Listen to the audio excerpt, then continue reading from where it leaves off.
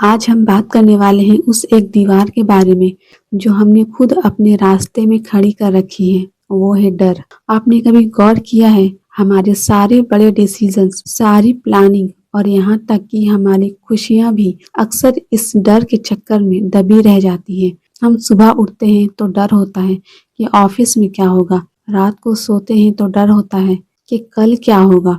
یہ ڈر کوئی باہر کا دشمن نہیں ہے، یہ ہمارے دماغ کی ایک ایسی کہانی ہے جو ہم روز خود کو سناتے ہیں۔ لیکن سوچو، اگر یہ ڈر آج غائب ہو جائے تو آپ کیا کرو گے؟ شاید آپ وہ بزنس شروع کرو گے جو آپ نے سالوں سے دبا رکھا ہے، یا شاید اس انسان سے اپنے دل کی بات کہو گے جس سے آپ ڈرتے ہو۔ اصل میں ڈر ہمیں بچانے کے لیے نہیں بلکہ ہمیں روکنے کے لیے ایک زنجیر بن چکا ہے۔ ہم اکثر سوچتے ہیں کہ جس دن ڈر ختم ہوگا اس دن ہم جینا شروع کریں گے، پر سچ تو یہ ہے کہ جس دن آپ جینا شروع کر دو گے ڈر اپنے آپ ختم ہو جائے گا۔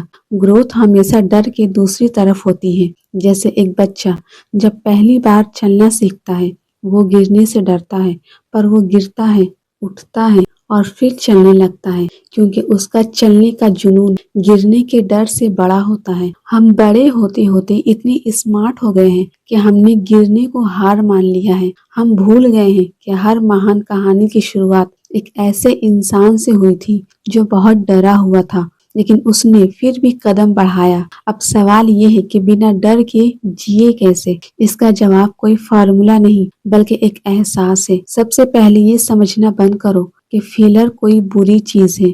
فیلر صرف ایک لیسن ہے۔ جب آپ یہ مان لیتے ہو کہ کچھ نہیں ہو تو سیکھ لوں گا، تو ڈر کی پاور ختم ہو جاتی ہے۔ دوسری بات، لوگ کیا کہیں گے؟ لوگوں کا کام ہے کہنا، لیکن آپ کی زندگی کے فیصلے ان کے کامنٹس پر نہیں، آپ کے سپنوں پر ہونا چاہیے۔